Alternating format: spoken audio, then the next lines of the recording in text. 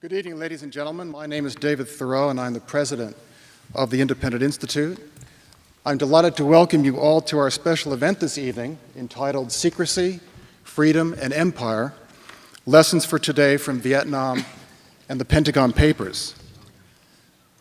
Our program features the former Pentagon official and renowned whistleblower Daniel Ellsberg and is co-sponsored by the World Affairs Council of Northern California and the Richard and Rhoda Goldman School of Public Policy here at the University of California. For those of you who have not seen his new book, Daniel Ellsberg is the author of Secrets, a memoir of Vietnam and the Pentagon Papers, which is receiving rave reviews around the country. The Independent Institute regularly sponsors the Independent Policy Forum, a series of lectures, seminars, and debates held here in the San Francisco Bay Area. After 9/11, for example, we began a program to examine the key issues involved, and our event this evening continues that dialogue. In all of our programs, we seek to get beyond left and right and feature speakers who present their own views so that we all have the better opportunity to sift through and make up our own minds. For those of you who are new to our program, the Independent Institute is a nonprofit public policy research organization that sponsors and publishes studies of major issues and conducts many conference and media programs. We invite you to visit our website, which is at independent.org. You'll find further information on our many programs, our books, our journal, which is called the Independent Review. This is the current issue, for those of you who have not seen it. In addition, we invite you to receive a free subscription to our weekly email newsletter called The Lighthouse. I'd like to share with you 4 quick quotes. Thomas Jefferson once declared that peace and freedom with all mankind is our wisest policy, and I wish we may be permitted to pursue it, unquote. Alexander Solzhenitsyn has stated that, quote, violence does not and cannot exist by itself. It is invariably intertwined with the lie, unquote. To Thomas Paine, quote, it is the duty of the patriot to protect his country from its government, unquote.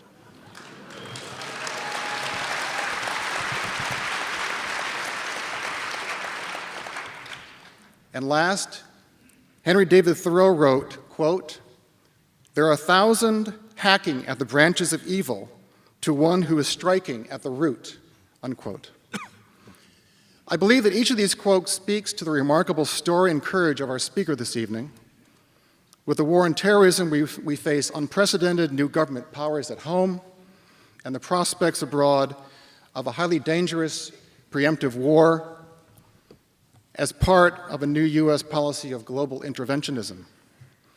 Will such actions produce a safer, freer, and more peaceful world? If not, what are the real lessons we should be learning from the past?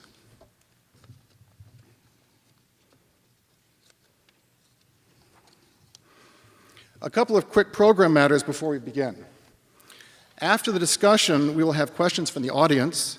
On the card in the printed program that you hopefully all received, there is a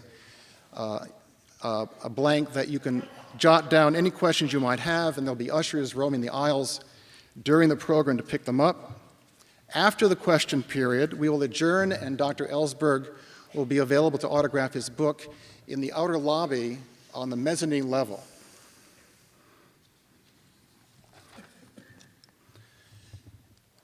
We're particularly pleased to have the Goldman School as a co-sponsor of tonight's program.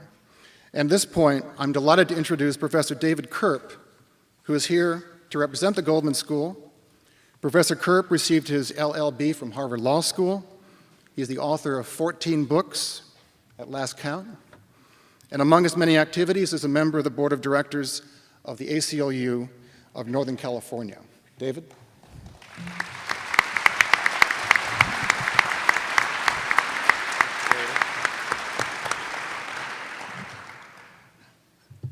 On behalf of the Goldman School, it's a pleasure to welcome you and to introduce Daniel Ellsberg. 3 decades ago, Daniel Ellsberg's decision to make public 7,000 pages on the history of U.S. decision-making in Vietnam, 1945 to 1968, those classified documents that became known as the Pentagon Papers, influenced the course of a war. Now, even as secrets, his account of that era has been published, we seem poised on the brink of another and at least equally problematic war. It seems to be fitting in 2 respects for the Goldman School to be a part of this event and a sponsor of this event. For one thing, the school is committed to the kind of rigorous analysis of central policy issues. That rigor has really been the hallmark of Dan Ellsberg's work. If there's a motto, it comes from the title of a book by the founding dean, Speaking Truth to Power. As well, we pay attention to the ethics, not just the analytics of policymaking. I teach an ethics and public policy course. It includes a unit on whistleblowing. You might imagine who one of the star figures is of that material. As well, there's a shared recognition at the school that analysis by itself is not enough, that unless the legitimate concerns of those affected by policy are taken into account, government action will be ineffectual at best and even wrong-headed. And that recognition, too, is consistent with the spirit of Daniel Ellsberg's life work. Now, there's another reason why it's appropriate for me to be here, and that is, had life events unfolded differently, Daniel Ellsberg might not be the author of this book and a figure known to the world, but one of the founding faculty members at the Goldman Policy School. Certainly his own intellectual background is the stuff of public policy. He did a dissertation on decision analysis. He worked with Thomas Schelling, who's one of the founding figures in the public policy field after having worked on military strategy. He had a career that took him to the RAND Corporation, one of the places in which the field of policy analysis has its origins, and then to the government, and careers back and forth from government to public policy are familiar stuff in the policy field.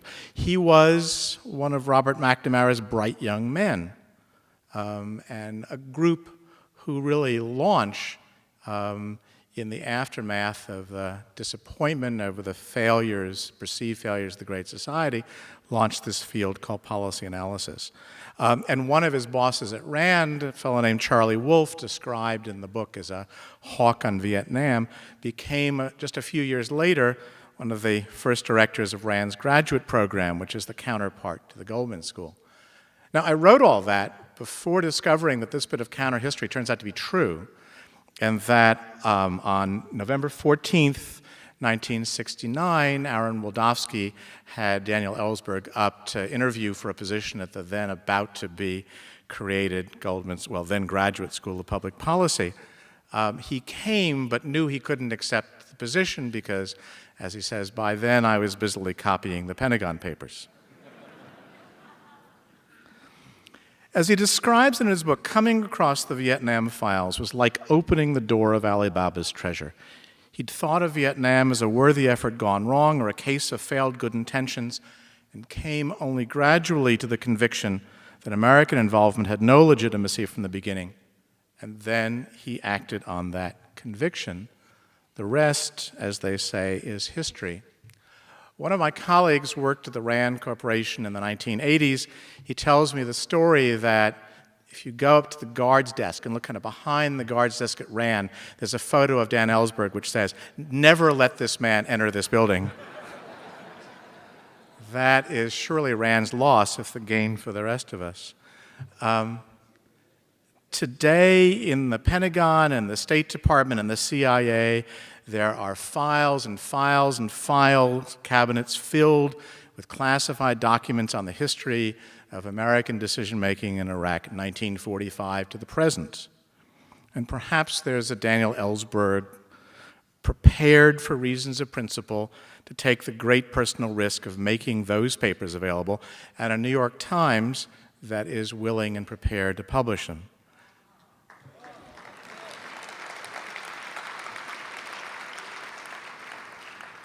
If so, that would have an enormous impact on our times, even as Dan Ellsberg's decision to make the Pentagon Papers public probably shortened the war in Vietnam. In the meantime, we have the pleasure to hear from Dan Ellsberg himself, a voice whose actions in the past, whose entire life vocation, have enormous continuing relevance today. Dan?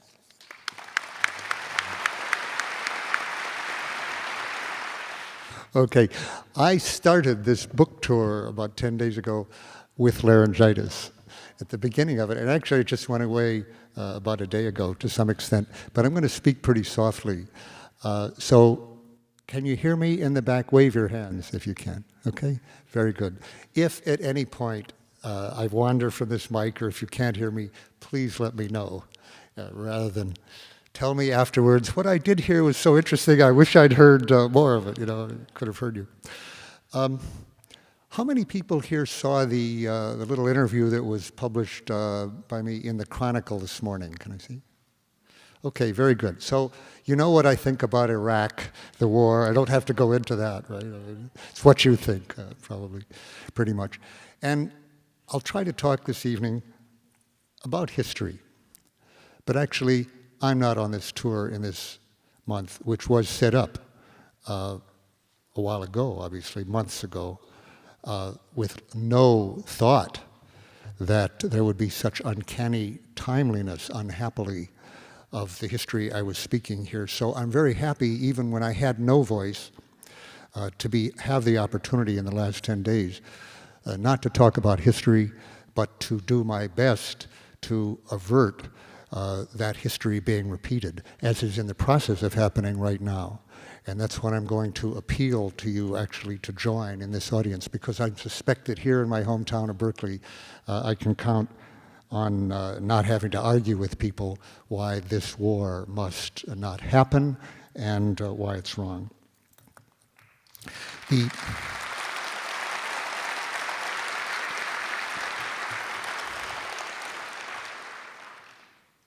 Anybody out here have this book already? Okay. Class, will you turn to page 7? No, actually, you don't have to turn to it. And the people who don't have it yet, or don't even buy it tonight, can find the chapter I'm about to quote from, chapter 1, on the web, where I put it, thanks to my 24-year-old son, Michael, 3 days ago. Ellsberg.net, ELLSBERG.net, www. Because I told my editors about 3 days ago, as I was reading the daily papers, I want to put this whole book on the net right now. I can't wait for people to buy it. You can imagine the reaction I got from my editor on the week this went on sale. But I said, okay, just parts of it, chapters 1, 3, and 4. 2 is background. The part that has to do in 1964 with the approach to war before the bombs started falling. And that's the part that needs reading right now. As a matter of fact, I had been sending this with that recommendation to people in Congress before the vote, and now after the vote on the authorization, the bombs aren't yet falling. So this is the part that people have to read, I think, very quickly. Well, 1, 3, and 4, my editor went up to the upper bigwigs in Viking and said, chapter 1, can't do 3 and 4. I said, it's only 10% of the book. And said, no, chapter 1, but I negotiated a few pages, which I may get to, on chapter 4, and you'll see why. Because the book begins with my first day as a full-time employee in the Pentagon, having been for some 5 or 6 years at that time, about 6 years, a consultant in the Pentagon, occasionally in the White House or the State Department, from the Rand Corporation, with high clearance, higher than top secret, working mainly on nuclear weapons plans, nuclear war plans, almost year-long study of nuclear crises in '64, which led me to be hired by John McNaughton, who I talked to in the course of that study, former general counsel of the State Department, former Harvard law professor on evidence, now Assistant Secretary of Defense for International Security Affairs, and he asked me to be his special assistant. And I wasn't really interested in being a bureaucrat. I was interested in improving the process, in studying it, in talking really about things that I knew something about. Vietnam was not something I knew about, although I had been there long enough in 1961, several years earlier, to know that there was very little prospect of any kind of success in Vietnam. I'd been there long enough, it took about a week. And that's all it did take, actually. But he said, look, you're interested in crises. Vietnam is one long crisis. This was in July of '64. And he said, you'll study it from the inside. You'll learn things you have not learned as a consultant about how the government really works. And that was true. So on my first day, starting in the book, chapter 1, page 7, I didn't even have an office yet. I was assigned a desk next to the secretaries because my predecessor as special assistant hadn't yet moved out of the little cubbyhole, the office next to the assistant secretary. So I was just sitting at a desk there waiting to read cables and to learn about this new job, when a courier from the message center came running into the office, asked for the assistant secretary, who wasn't there at the time. He directed to me, the special assistant, and he handed me a cable, which was very dramatic, from a Captain Herrick, who was the commodore of a two-destroyer flotilla in the South China Sea, in the Tonkin Gulf, just off the coast of North Vietnam. It was a flash cable, and the reason he was running said, "Am under continuous torpedo attack." Now this was at 10:30, I have it here, I had to look this up, of course, on the time. I remember the occasion, and I checked in various textbooks now on when that time was. The first cable was 10:42 a.m. Washington time, 9:42 a.m. in the Tonkin Gulf, p.m.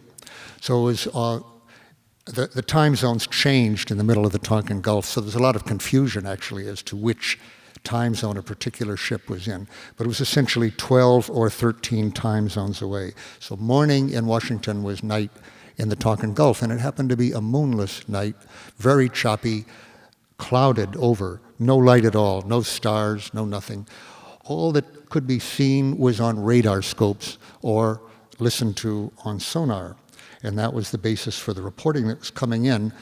The reporting was very dramatic because one cable after another kept getting run into me. I never had an experience after this again. And I don't know how many there have been really since then. This was not an ordinary event. This was the second time that a U.S. naval ship had been attacked by anyone since the Second World War. The first time had been, this was August 4th, had been 2 days earlier, in daylight in the Tonkin Gulf on a Sunday afternoon, nighttime in Washington, Saturday night in Washington, so not too many people were in the office. The president wasn't in. But the president then on Sunday morning got the word that there had been this attack. It lasted about 20 minutes. Torpedoes had been fired. They all missed. Machine guns had been fired from the patrol boats of the North Vietnamese. Indeed, when we were looking for evidence that there had been a second attack on August 4th, my predecessor, Alvin Friedman, who was sworn in as a deputy assistant secretary to give him a little more authority when he went to the Tonkin Gulf to find out what had happened. And he came back with a .50 caliber bullet that had lodged in the superstructure of Herrick's ship. And I've held that bullet in my hand. He came back and looked at quite a historic artifact. The bullet that started the U.S. escalation in Vietnam that lasted quite a long time. But 2 days then after that actual attack, which occurred, were these reports now of a second attack in the face of the president's warning that any other repetition of that, and we hadn't reacted to the first one, any repetition would have the gravest consequences. And in the face of that warning, here again they were doing it. So the other dramatic thing about this was that as flash cables, they were coming in as they were received in the Pentagon. I looked at the clock, I looked at the date-time group on the cable, and could see that it had been sent about half an hour before. Now, a flash cable was supposed to arrive at its destination in 10 minutes. That was the definition of flash, but very hard to achieve that. And actually, I wasn't the first person seeing these, of course. It was going to the president, it was going to the Secretary of Defense. So what I was seeing was something, the reports of something that was actually happening about half an hour earlier. But since they were coming to me minute after minute, it was like real time. And there was no CNN then, where you could watch events live halfway across the world. As a matter of fact, there was no radio contact directly with those ships from Washington. So this was as close to a kind of CNN version, a real-time version, as you could get. And apparently, Herrick was dictating cables one after another from the bridge of the destroyer while he was taking evasive action in the dark there to avoid these torpedoes. And here's what I was reading, and this is verbatim. Torpedo missed. Another fired at us. 4 torpedoes in water. 5 torpedoes in water. Have successfully avoided at least 6 torpedoes. 9 torpedoes had been fired at a ship, 14, 26 in all at the 2 ships. More attacking boats had been sunk, hit, at least one sunk. This went on for over an hour, not just 20 minutes, very extraordinary thing, as I was watching this. The reason I was getting these cables was that my boss was down the hall with Robert McNamara, the Secretary of Defense, picking the targets to be hit in response, because the president, even before the torpedoes were fired, on the basis of intelligence reports from Herrick that he believed that he was being shadowed by torpedo boats, there was an ambush, he believed he was going to be attacked, the president had already decided on August 4th, the morning of it, that we would retaliate this time. And McNaughton, my boss, was picking the targets with Joint Chiefs representatives. So I was getting all these cables together to show him when he got back in order. Kept coming in. 26 was a surprising number, though to experts more surprising than to me. This was my first day on the job. They knew, which I didn't know, that 26 torpedoes was more than we had estimated was in the entire inventory of the North Vietnamese Navy. And there were other odd things about this to intelligence experts, such as no radio signals, no radar signals from the boats. How had they found these destroyers on a moonless night without radar in the middle of the South China Sea at that point? But anyway, the cables were coming fast, more torpedoes, and then a cable that for many years I could remember verbatim, but now I have to look it up. I was having a discussion with my great historian friend, great friend and great historian, Bart Bernstein, who was expressing skepticism very properly about my memory of the conversations that I give so long ago. And I said, absolutely right to raise these questions. I'll just tell you, he thought I should have put this in the book. My memory for discussions and cables and things that I wrote, that I read 35 years ago was, and even is, extraordinary. Last week, no, anymore. Ask me tomorrow what questions people ask me tonight, and I will have some problem with it.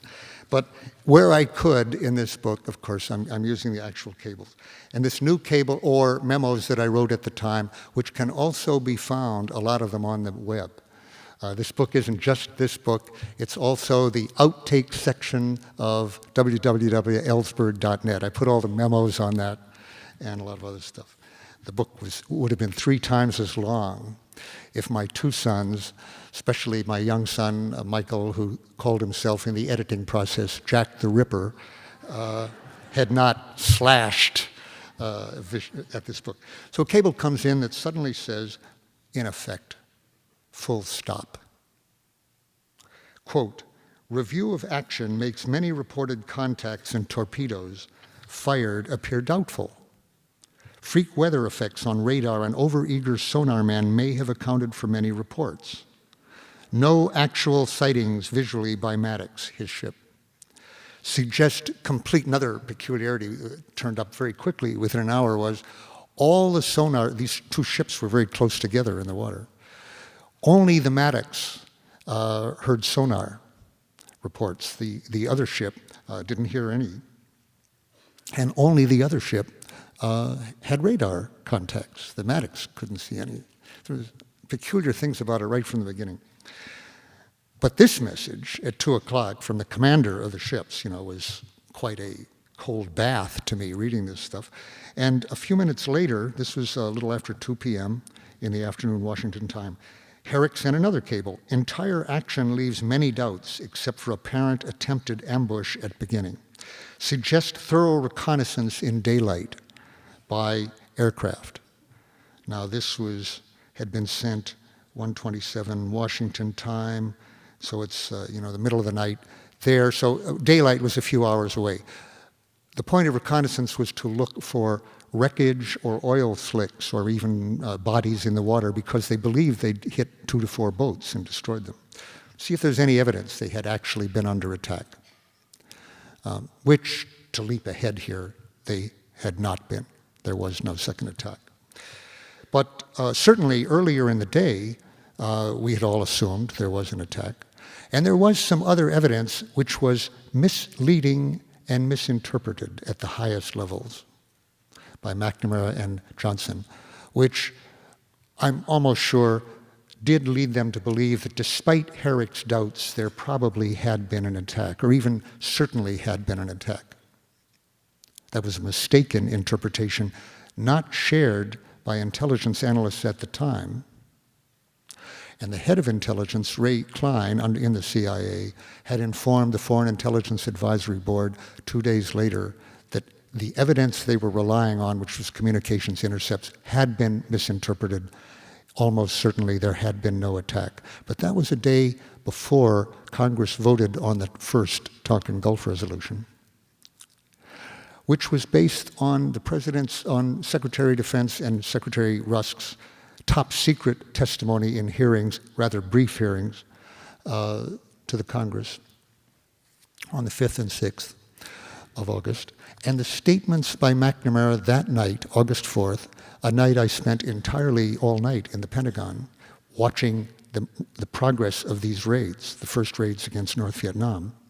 I was to spend other nights all night, but my first day in the Pentagon as a full-time employee was 24 hours long. And about 11 o'clock at night, the President informed the public, and Secretary of Defense then briefed them at length, reporters. We are retaliating to an attack, an unprovoked attack, and in McNamara's words, unequivocal evidence of an unprovoked attack on our destroyers on routine patrol in international waters. We seek no wider war. By that night, and certainly within a couple of days, I knew each one of those statements was false. And I knew it not just orally, I had documentary evidence of that from the cables. I won't go through it, it's in the book. But unequivocal, it could not have been more equivocal.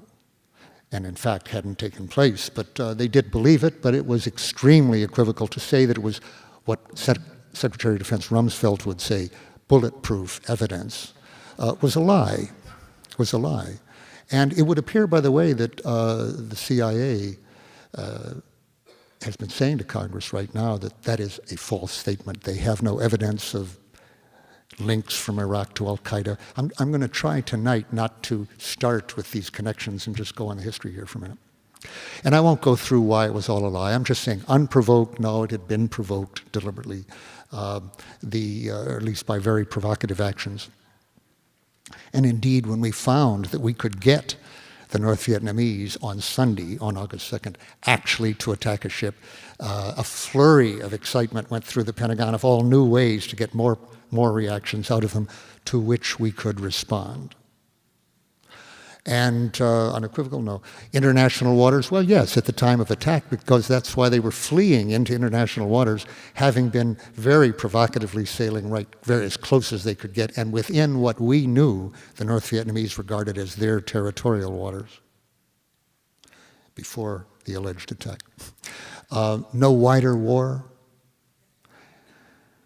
The very fact that I knew this as an essentially insignificant, unimportant person, highly paid. I was GS 18, I came in as, because of my earlier work as a consultant. It was a raise from my RAND salary, actually. From work that I had been expert on, actually, the nuclear work, into a field I was not expert, but wanted to learn. So this was kind of an apprenticeship within the government. Had no impact on the policy process, and yet a very good window on what was being said, which meant that I knew critical, crucial things bearing on the issue of war and peace, which not one senator and not one representative was allowed to know, and on the contrary, about which each one of them, chairman of committees, was lied to and successfully lied to. A wider war was on the way. Now, I have another thing worth noting about this was, after my trip to Vietnam 1 week in '61, and then having stayed away from it deliberately, because I didn't want the kind of taint that people had gotten from being associated with the Bay of Pigs. I was no expert on Vietnam, but as I mentioned in the book, I heard somewhere, maybe somebody can give me the reference, you don't have to be an ichthyologist to know when a fish stinks. And Vietnam was not something I really wanted, but to study, all right. I believed specifically that the bombing campaign that was being planned underway and the targets that were hit on August 4th were targets that were part of a 94 target list that had been selected months earlier, just as the Tonkin Gulf Resolution had been drafted months earlier and waited for the appropriate time, the appropriate provocation that would justify getting this blank check through Congress. Now, to call it a blank check because it said the president was authorized to take all necessary measures as he determined to prevent, among other things, further aggression in Southeast Asia. A check can only be cashed once, so that's a misleading metaphor. It was an unlimited line of credit. It's a total delegation to the president. And people asked at the time, doesn't this mean that the president could send divisions over there? And Fulbright, who was shepherding this through for the president, said, well, actually, yes, it does say that. The language is that broad. But I assure you that this president will not take any such action. First, doesn't intend any such action, which was well, that's another story, and will not take such an action without coming back to Congress for explicit, immediate further authorization. On that assurance, all but 2 senators, although many of them had doubts and worries and skepticism about it, but all but 2, Morse and Gruning, voted yes for that delegation for domestic political reasons, largely. The Democrats voted to get the Republicans on record behind our president, take the issue away from Goldwater, show a bipartisan support for the president at that time, before the election of '64. And because, okay. I was asked just recently when I told a story like this by an interviewer, weren't you shocked in what all these lies? And I said, no, I'd been a consultant for years. I've seen a lot of lies in the government. In fact, Harrison Salisbury once wrote in a book about the Pentagon Papers, it was the lies that got Ellsberg finally. And I remember writing a long set of corrections to him. I said, are you kidding? I couldn't have been in the government for, if you can't stand lying, I couldn't have been an official for a week, let alone for years, as I was, if you don't understand all the reasons for lying, all the need for it, all the need for secrecy. Now, the secrecy is justified in their minds, especially by the need to keep secrets, information from foreign enemies, especially in wartime, but even other countries, other states. And there is that reason, which accounts for, I don't know how you'd measure exactly, 1%, 2%, 5% of the secrecy. The rest of it is to keep secrets from other agencies in the executive branch, from rivals for power, from Congress above all, from the budget committees, from people who control the budget. Those are the real, from other services, the enemy. The Navy is the enemy for the Air Force and vice versa. That's what the secrecy is for, and to protect officials from being blamed for errors, from being held accountable, or crimes, or catastrophes, various things, to prevent accountability, in short, to prevent democracy. But then, I don't want to get too abstract here. Let me give you a few examples of what I learned inside the government, because what I learned was, I knew already, yes, they lie a lot. Let me give some examples of the first kind. Start out with the rational example, the legitimate kind. It was one day when I was working for McNaughton early in the morning, just before 8 o'clock. McNaughton ran, he always ran back and forth from McNamara's office down the hall, and he ran in and he said, there's a press conference coming, a Blue Springs drone has just gone down over China. Now, Blue Springs was the code name for a covert set of reconnaissance planes by drones, the kinds we're sending over Iraq right now, rather openly doing that. The Predator drones we have in Afghanistan and so forth. Well, this was a very covert program at that time because we weren't in principle at war with China. It's sort of like the U-2 that we'd been doing over Russia. That was a manned plane. This was an unmanned plane.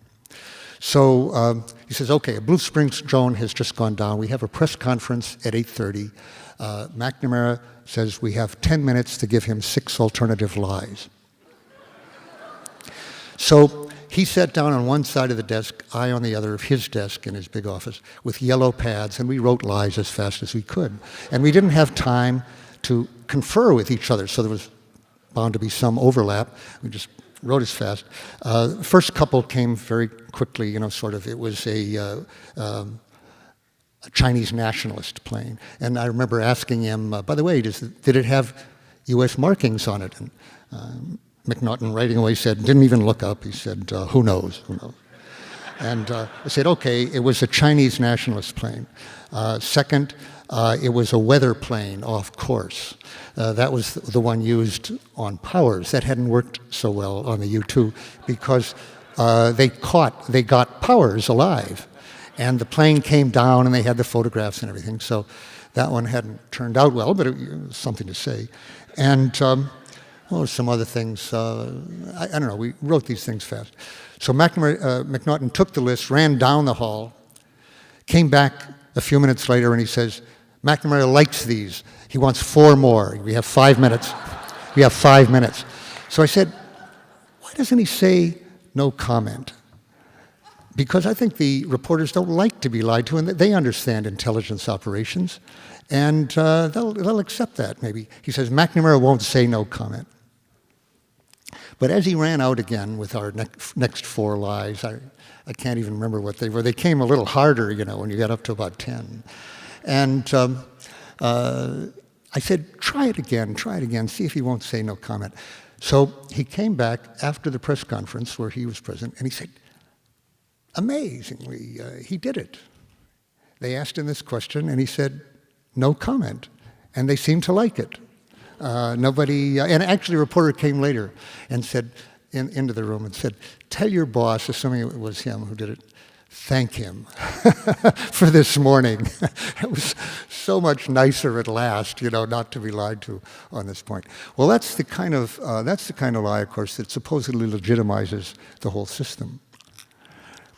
A more serious kind, actually, had to do with right after August 4th, on September 3rd, a few weeks later, when we were planning, and I could quote here, it's in the book, but writing memos, which I was helping McNaughton on how to provoke further attacks on our ships or our planes or our troops, to which we could respond. In other words, planning two things: to lie to the public about unprovoked attacks to which we had to respond. The Tonkin Gulf situation, I said, as you'll see in the book, had been preceded by covert operations of attacks on North Vietnam of actually exactly this nature.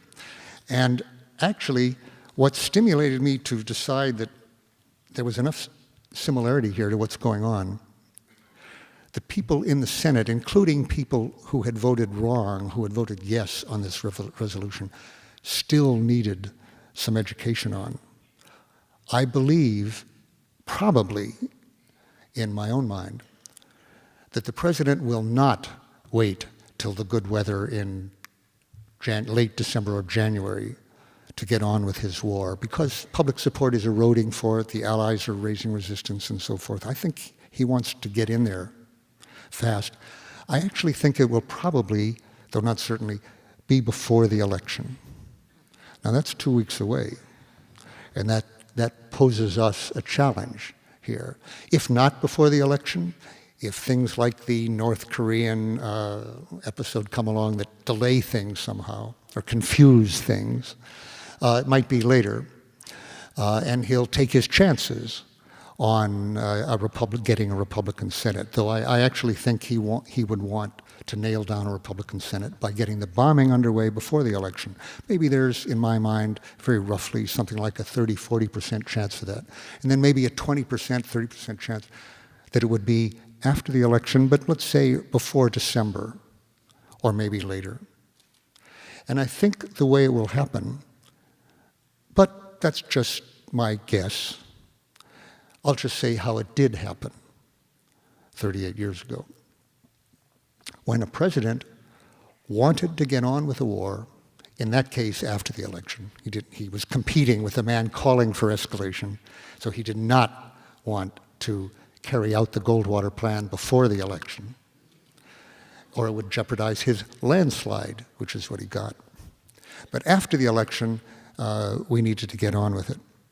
So when that time came, the various plans that had been made for provocation began to be taken out and updated. And what I'm saying is I want our senators, in particular, the House will never be consulted on this, to be very critical of what they hear at the last minute about the necessity for bombing having nothing to do with the congressional resolution, nothing to do with the UN resolution. The president's need as commander-in-chief to respond to or preempt attacks on our boys and girls. Nowadays, I use that phrase because on August 4th, the president was saying to congressmen in his office, there's American boys in the water as we speak. There is blood in that water. Now, there'd been no attack at all, actually. The 50 caliber bullet was 2 days earlier. There were no bullets and so forth. But he took that act then not on and later he was planning to take the act not on the basis really of the Tonkin Gulf resolution, nor do I think Bush would do it on the basis of Tonkin Gulf II, which just got passed. He would do it, I think probably, my own guess from inside, to protect American soldiers, to preempt, to do something. So how might that happen? My choice to put some of this on the web and not wait for people to buy it was a Doonesbury cartoon, actually, here, of October 19th. I read it in Seattle the other day. This reporter, I forget his name in the strip, says, Ari, he's addressing the president's spokesperson, not Sharon. Ari, could you go over it? It can be hard to tell the difference this month. Ari, could you go over it one more time? Why war with Saddam exactly? He says, I mean, there's no real Al-Qaeda link, as CIA has confirmed. He doesn't have nukes. His army's been decimated, and he hasn't even been able to shoot down a single U.S. jet, despite all this firing which has led to the protective reaction. Isn't there some kind of provocation you can point to? Anything at all? Ari comes back, no, we don't need one. So the other reporter says, maybe our guys should fly slower. And then the first reporter says, hey, yeah, like they could cut their engines. And Ari says, that's it for today. Well, funny, except that the 2 pages I wanted put on from chapter 4, which they wouldn't let me put the whole chapter on, starts from early September 64, U.S., quote, retaliatory, because we hadn't retaliated, we were planning and had conducted initiative action, against North Vietnam was a cocked pistol, as it certainly is today as we speak. Officials were waiting for something to retaliate to and increasingly ready to provoke an excuse for attack if necessary. This memo that I quoted from September 3rd went up to the highest levels to provoke a military Hanoi response and to be in a good position to seize on that response to commence U.S. actions against the DRV. That recommendation was accepted and signed by the SecDef, the Secretary of State, Chairman of the Joint Chiefs, as a recommendation to the President, saying the main further question, well, we should resume the destroyer patrols offshore as close as possible to North Vietnam, resume the covert actions against North Vietnam, which we'd suspended, not because the President didn't want more of that before the election. But now the election was, when it was over, they said, the main further question is the extent to which we should add elements to the above actions that would tend deliberately to provoke a Hanoi reaction and consequent retaliation by us. Examples of actions to be considered would be running U.S. naval patrols increasingly close to the North Vietnamese coast and or associating them with our covert operations openly, saying, yeah, we're doing it, and take that. And I then say that I remember well, this is my memory, and this document has not turned up. I very well remember reading the memo by the Joint Staff in response to the question, how can we get this done?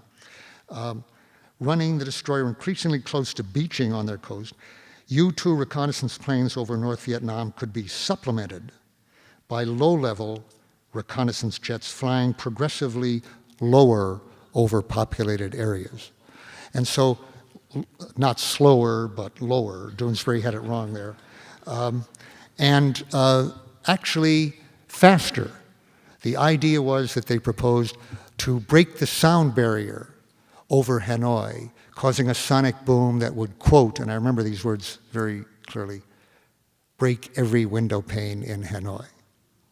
And that ought, to get a rise out of them somehow. Well, all right, the war started. Another incident in the book, the war did get underway, I'm sorry to say, with my help. Not because I thought it was a good thing to do, I thought it was a terrible thing to do. I thought it was even disastrous. And leading the bombing in particular, the bombing. As a former Marine, I have to admit that once the bombing got started, I'm not proud of this, I thought, okay, now the bombing has started, our prestige is at stake, we're in it, we've got to achieve something. I was not so subjectively against sending Marines or ground troops, which I thought were at least relevant to the situation there. Okay, that's a bad memory for me, but there I was. So I'm not pointing fingers at other people so much. The question for me that I'm addressing is not how could they, which this country has been asking for 38 years or more, but what this book addresses is how could we, how could I, how did I come to do this, and then what came of it? 2 years later, I'd been in Vietnam. I had been all over Vietnam evaluating pacification. They are using my Marine training as a former Marine company commander to look at the war up close, as you'll see in some of the pictures here, or the story, which I won't tell here. And I was on a plane with McNamara to brief, actually, Secretary and the new Undersecretary of State Katzenbach on this plane. And as we were coming back from Vietnam, I now, as a Foreign Service officer, I'd switched over to the State Department, a civilian. McNamara, for whom I'd written speeches earlier, before I went into the Pentagon full-time, calls me to the back of the plane, his KC-135, which could fly all the way from Vietnam unrefueled, tanker, windowless tanker. And as we were getting at the end of the trip, he calls me to the back of the plane where he was standing with Bob Comer, an old friend of mine from RAND, some of you may know, who was a former CIA guy now working for the White House on pacification for the White House. So McNamara said, Dan, here's a question you can answer. You're the best person to answer this. Bob Comer says that we're making great progress in Vietnam. And I say things are worse than they were a year ago. What do you say? So I said, well, Mr. Secretary, I would have to say that I'm most impressed at how much the same they are.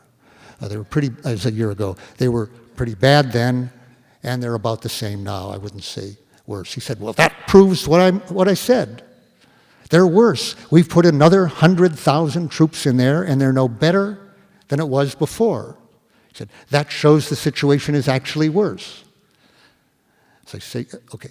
I said, well, that's an interesting way to see it, Mr. Secretary. You could say that.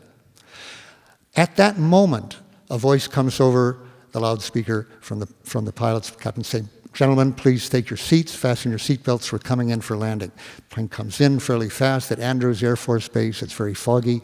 Always remember there's a line of television cameras waiting to be briefed by the Secretary of Defense as he gets off the plane. He's the first one off the plane.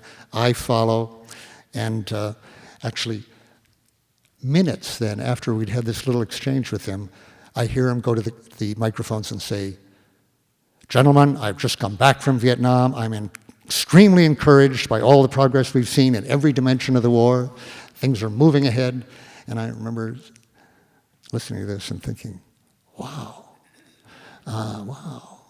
I hope I'm not in a position where I have to do that. Actually, I found in picking pictures for this book that there's a picture of that moment that is in the book of McNamara making that statement. That was 1966. A year later, I had hepatitis. I would have stayed, but I was leaving. And Bob Comer was coming to take over pacification from the White House. And I was there to say goodbye to him because I would have stayed there if I didn't have hepatitis and worked for him. But I was leaving. So I'd just gotten out of bed, actually. And I was in the embassy waiting for him to come in so I could shake hands and say goodbye to Bob. And I heard his press conference at Tan Son Nhut Airport when he landed. And 1 minute here. He was saying, and he was known as Blowtorch. He had a very hard-charging manner and all this, and he was very brusque and rather loud when he spoke to the press. And he was saying, I'm terribly excited at the job I'm taking over here. This is going to be wonderful because we're on the way. Victory is in sight. We're, again, making progress. I was listening to that. An hour later, half an hour later, he comes into the embassy, and I could hear him down below, I guess it was on the second floor, and I could hear him saying hello to the secretaries. Great to be here. This is wonderful, wonderful. This is Bob Comer coming up. He comes into the office. He says, Dan, great to see you. Come into the office. And he goes into the office, sits in his desk, lights his pipe, leans back, and says, well, Dan, how's it going? I said, Bob, did you believe what you were saying at the airport? And as I said that, he went like this on the desk. He said, Dan, do you think I'm crazy? And I said, Bob, why did you take this job? And he said, well, that's what my wife keeps asking me. She said you could resign, you could go to a university, you could go back to Rand or something like that. Why are you doing this? And I keep telling her, when the President of the United States says we're in a desperate situation and we need you out there, you just cannot say no to him. I believe, since I've reached the end of my time here, lots more to say, I believe the Pentagon and the CIA are filled at this moment with people who know as well as I knew at that time, and McNaughton knew, and others. McNaughton, who wrote hawk memos throughout the Pentagon Papers, do this, do that, and who believed nothing of what he was writing in top secret memos to the pilot. He was doing it because he worked for McNamara, and I worked for McNaughton. So I understood that, I did the same. And Senator Morse, one of the two men who voted against this, in '71, I was just in Oregon, so I was very happy to pay tribute to him, as to Mark Hatfield, in Oregon, told me in '71, when those Herrick cable that I just read to you came out in the Pentagon Papers. That one actually had come out in '68. But when all the other documents came out in the Pentagon Papers that had been in my safe, he said, if you'd given us that, if you'd given me that on the Senate Foreign Relations Committee, in 1964, in August, the Tonkin Gulf Resolution, instead of 5 years later, I gave it to the Senate, and then 7 years later, came out in the New York Times. He said, if you'd given me that then, the Tonkin Gulf Resolution would never have gotten out of committee. And if it had, by some chance, it would have been defeated on the floor. Well, I thought at the time, I know it's over time here, but take 2 more minutes, I'm sorry. I thought at the time, that's a little overstated, because the president wanted to get into the war. I knew already, and it's certainly true, it's very, very hard to keep a president who wants to get into a war from having his war. And very hard to stop it once he gets in. Very hard. So the time to do it is before he gets in, but it's not easy. One cable, a few cables would not have done it. So there's no Tonkin Gulf Resolution then. It would have come later under a different provocation, or he would have gone without a Tonkin Gulf Resolution. And then years later, it came to me, wait a minute. If I had taken the whole contents of my safe, or one drawer of it, and given that to Congress, or put it out, in the fall of '64, showing that everything the president was saying during the campaign was false, and that the estimates he was getting indicated that this was an unnecessary war, ghastly, dangerous, highly bloody, I don't believe the war would have occurred. I could have done that, 100 other people could have done that, McNamara could have done that. Of course, none of us thought of doing it. And the reason I was using the last bit of my voice, which has now come back, in the last week, I lost it here in Berkeley, at a fundraiser for Barbara Lee, which was a good cause to do it. And some of you may have heard me that night croaking away and losing my voice talking about Mordecai Vanunu. Somebody here. So the greatest prophet and whistleblower of the nuclear era, I would say, has been in prison for 16 years. I've wanted to say, and I've said on every occasion now, if you know anybody in the government, or if you have any way to through them, but especially when I'm in Washington, I've been and elsewhere where I can speak directly on the radio to people who listen to this. If you know that the president is now lying us into a recklessly dangerous and unnecessary, a wrongful war in Iraq, then I urge you to consider doing what I wish I had done in 1964-65. Go to Congress and the press and tell the truth with documents. It will, in fact, be at risk to your career, even if you do it anonymously. All the more if it's traceable to you, all the more if you do it in open testimony, which is the most effective way to do it. Scott Ritter is doing everything he could as a former official. He is definitely a new hero of mine, and he is doing whatever. But an official could do that. Senators could be holding hearings right now, and in my opinion, you should tell your senators, both Feinstein, who voted wrong on this and who does not know something that her colleague Senator Boxer does not know. Boxer is on the Intelligence Committee and understands perfectly well that this is a wrongful war. Boxer should be told she did the right thing and we're behind her. Feinstein should be told, get right, or we will work against you in primaries.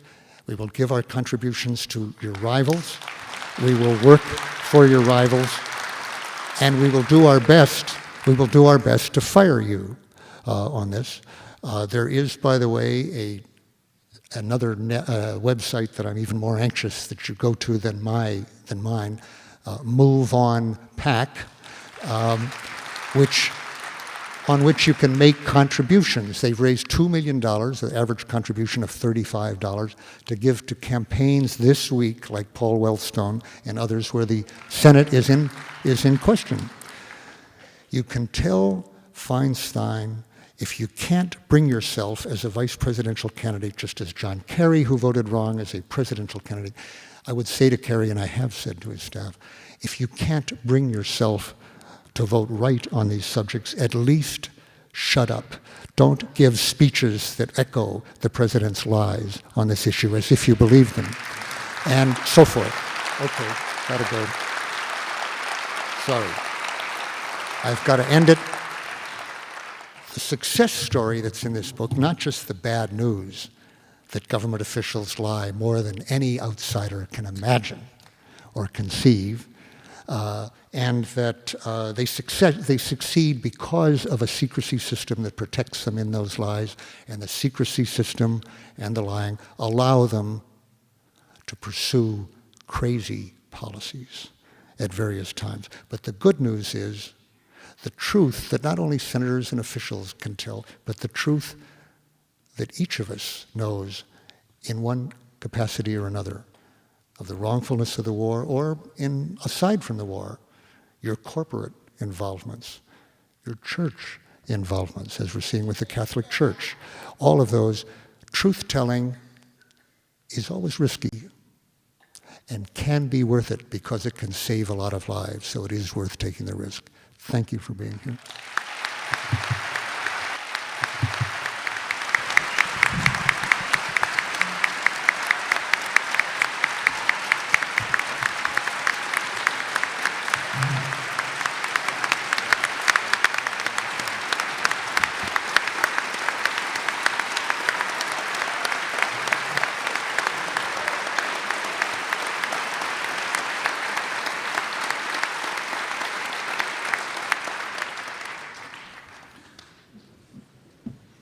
Thank you, Dan. Dan's work is so unusual and so relevant to our time, it's hard really to describe it. And we have a very distinguished panel of scholars with us who will be bringing up some of the reasons why we believe that might be the case, or at least discussing some of the issues. Our first panelist is Barton Bernstein, who's professor of history at Stanford University. He received his PhD in history from Harvard University. He's the recipient of 2 Kuntz Prizes, the Goldstein Prize and the Johnson Prize. Professor Bernstein is a world-renowned expert on U.S. foreign policy, the arms race, U.S. science policy, and weaponry. Bart?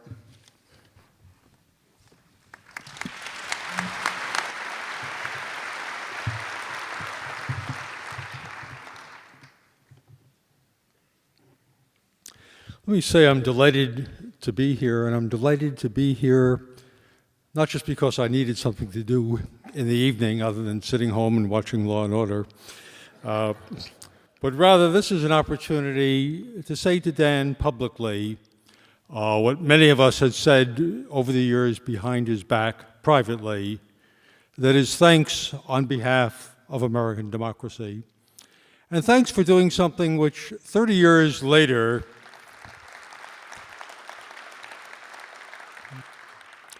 As we know how it turned out, and he didn't spend a decade in prison, we can look at it as if it was comparatively low risk. But moving forward in time, as historians try to do in retrospect to re-examine and understand, things could have really turned out quite differently. And it's an indication of the time that there were not multiple Dan Ellsbergs vying for the opportunity to disclose the secrets of the American government. Indeed, one can ask the larger question, and that is, it's a question that Dan implicitly asked, and I want to raise it explicitly and address it obliquely and badly. Why do good people lie on behalf of major issues? Maybe it's that they're not good. Maybe it's that ideology often urges them on behalf of a larger purpose. Maybe the whole pattern of social recruitment is that you don't allow into positions of power people who are, and I mean this puckishly, people who are irresponsible and who believe that there's a larger obligation to the polity than advancing themselves and their friends. That is the necessity of efficacy of counsel, in not offending your friends, in moving up in the bureaucracy, in moving on for honor and receiving various rewards. These are not naked purchases. These are the subtle seductions of social recruitment. One meets them in all aspects of life. Lots of cases, most of us lie part of the time. Only occasionally do some people get to lie on matters of major significance, where the cost is not just an injured reputation or a lamented situation, but rather life and death. As to the question as why do good people lie, I hope you realize that I've skirted the surface, given you a few notions, answered the question inadequately, and now I'd like to move on from that to a kind of oblique assault from various perspectives on that question. Governments, of course, use security and classification to protect some real secrets that merit protection. How to build nuclear weapons would be a perfect example. By and large, security is, of course, used to protect a government internally from its own constituency. This is one of the wonderful aspects of bipartisanship, and it was something developed well in World War II under a master of dissembling, propelled through various agencies with a larger budget after a few years by Democrats and Republicans. For some, the argument would be it came to credescence and debacle in Watergate, but the road to Watergate is paved in a nice bipartisan fashion. A different political culture in the early 60s, and Kennedy could have come a cropper. A slightly different political culture a few years later, and it could have happened to Johnson. It is wonderfully ironic, and one has to savor the fact that Nixon, who would have prosecuted Dan, was in turn, if you will, obliquely threatened with the prospect of prosecution and left amid a debacle. Seldom does history get the right guys, but this is a case where, at least briefly, before there was a new Nixon, followed by a new Nixon, followed by a new Nixon, and the multiple emanations of self-creation. But my point, I want to move on to something actually more troubling, and that is, think back to the Pentagon Papers, either as history or, for those of you beyond the age of 48 or 50, as experience.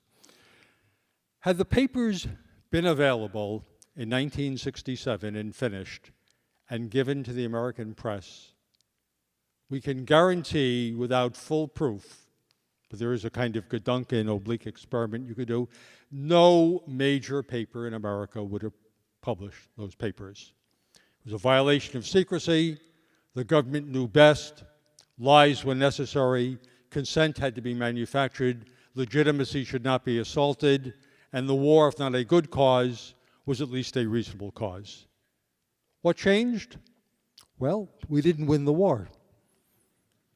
The largest thing that changed and produced delegitimacy was America did not win speedily and at a comparatively low risk. What began for many Americans as, if not a just war, not clearly an unjust war, to use the double negative, became progressively a dubious enterprise and became for some, I think not most Americans, but for some, and this was part of the odyssey that Dan himself went through, it became an immoral, it became an atrocity. By 70, 71, the major press could contemplate publishing the Pentagon Papers.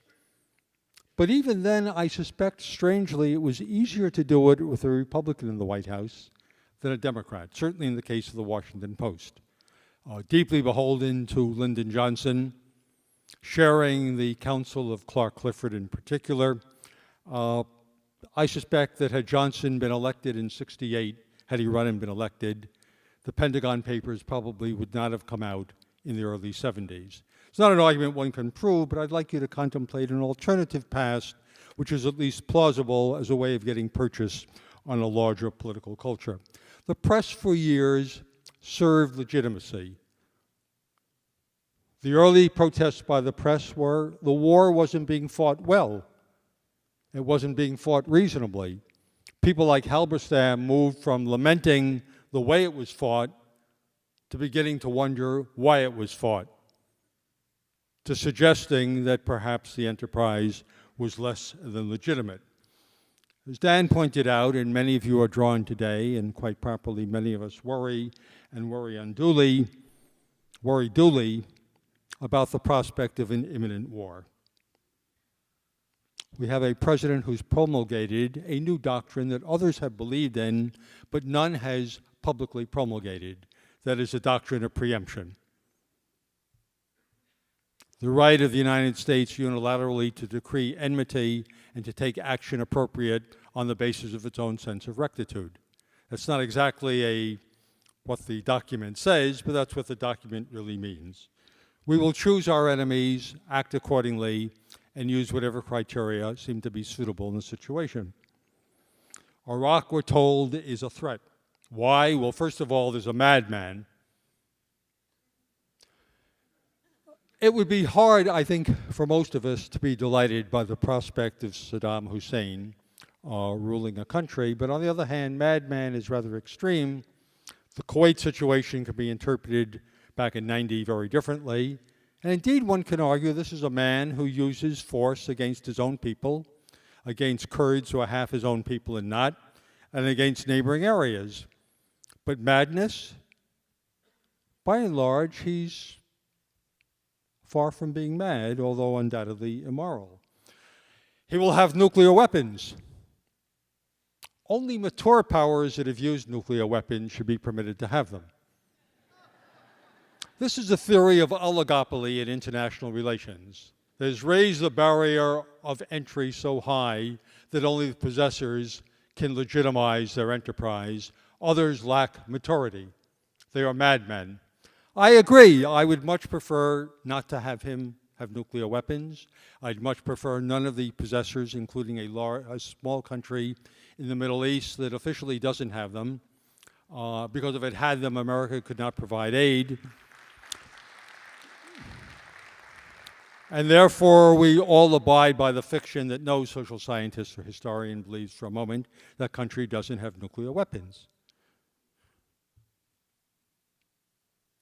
We're told, worst of all, Saddam Hussein and Iraq are involved with al-Qaeda.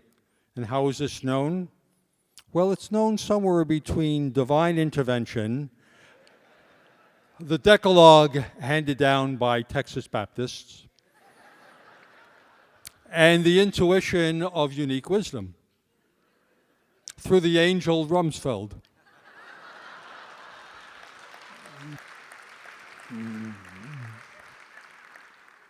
Admittedly, I've taken cheap shots and hyperbolic rhetoric to delegitimize arguments which on their face are unproved and are largely, in many ways, I think, literally absurd. If there's a case for the al-Qaeda connection, let the government make it not through assertion, but through evidence. Even the New York Times. in today's editorial has basically said the case is unproved. Come on, guys, be straightforward. Moving from the gray ghost of lackluster prose and polite civility in the New York Times, basically what's being said is, so far we've heard lies. We, the Times, are not going to call these things lies. Provide your evidence. Why Iraq as an enemy? Had anybody said to me, and I think most of the panelists a year ago, October 2001, a year hence there'll be a war planned against Iraq. What do you think the likelihood is? I think I would have bet on UFOs first. Why the war? Well, let me say, I'm one of those historians who respecting the craft, recognizes that I can offer only tentative answers and amalgamate them without being able adequately to weigh the factors. But the amalgamation would go something like this without necessarily indicating priority of place. Part of it is that America has the power to do it in a way that during the Cold War, similar ventures would have been impossible because of larger threats. And having the power is not insignificant. The desire without power is less likely to be acted upon. Beyond that, undoubtedly, the events of 9/11 have predisposed an American public to believe in the miasma of fear that enmity lurks anywhere where allegation is made, evidence undoubtedly lurks behind it and need not be provided. Without 9/11, this would be impossible. But why does George Bush want to do this? One offering has been he's an empty vessel into which his advisors pour advice. I confess my distaste for Bush inclines me to like that interpretation for visceral reasons, but for intellectual reasons, I'm actually inclined with inadequate evidence to reject it. I think this is somebody who does believe what he's arguing, even though he has to dissemble to legitimize the case, eliminate certain evidence, and claim other evidence. So what is going on? Well, part of it is the opportunity, believed, I fear, that this is going to be the creation through war of a Jeffersonian or some kind of democracy in the Middle East, resembling Japan after World War II. All analogies are both like and unlike other things, but this is an analogy that really comes close to, or indeed strains credulity. But it may well be believed. We have good reason to believe that Wolfowitz and Rumsfeld and other people believe it. It may well be that Bush believes it. Undoubtedly, oil plays a role. If you ask the question, why is North Korea a trouble and Iraq a threat? It's not power. It's not proximity to the United States. It's something else, and one should not minimize oil. Why are the Russians opposed to such a venture? Well, in part, they're locked up in the oil business with Iraq, and the United States is not. That's not a whole explanation, and a whole explanation would be far more nuanced, but that's not insignificant. Could this be partly, as some have suggested, George W.'s effort to solve the problems that his father couldn't solve? Well, seems quite likely. I have 1 minute left, and thus I'm going to summarize and then run over 30 seconds. It's a panel on empire, and what's better than an academic imperialist? Let me say that the fact that Scowcroft and Baker, among others, came out in op-ed pages against this venture suggests that George Bush I is probably himself disinclined. And thus I want to offer a speculation that can't be proved, is fiercely speculative. It'll interest some of you, intrigue more, and some will reject it. This may be the case of the lackluster son who wasn't expected to go very far, besting the father. I don't want to argue it's Oedipal, but there may be, the liability of the argument is it's unprovable at present. It's speculative, and be aware that it's speculative. Beyond that, this does offer, we're told, to return to the earlier theme, a set of opportunities. In the Middle East, We can either blow up the Middle East, which is most likely, or create democracy, which is least likely. If I were pro-Israeli, if I were Sharon with both conscience, conviction, and concern, not somewhat distorted, I would think the worst thing that could happen would be an American attack on Iraq. For the most proximate hostage state for Iraq and possibly others will be Israel. But beyond that, how is this war being sold? It's being sold through the capacity to manufacture consent at a time that the American people want to trust the president when we feel we're beleaguered by massive terrorism and thus in peril. And indeed, it allows a president in such a situation with a too frequently trusting press to claim, to allege, to deceive, and to lie. In the short run, this is how legitimacy is created and maintained. In the long run, it sometimes comes to shambles and sometimes doesn't. Let's hope for the best. Thank you.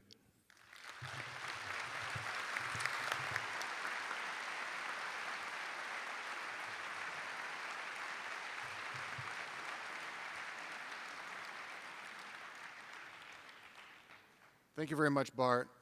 Our next panelist is Edwin Firmage, who is the Samuel Thurman Professor of Law at the University of Utah. Among his books are To Chain the Dog of War, and incidentally there are copies in the front, which we hope that you'll pick up. He's also the author of The International Legal System and Religion and Law. We're very pleased to have Ed Firmage.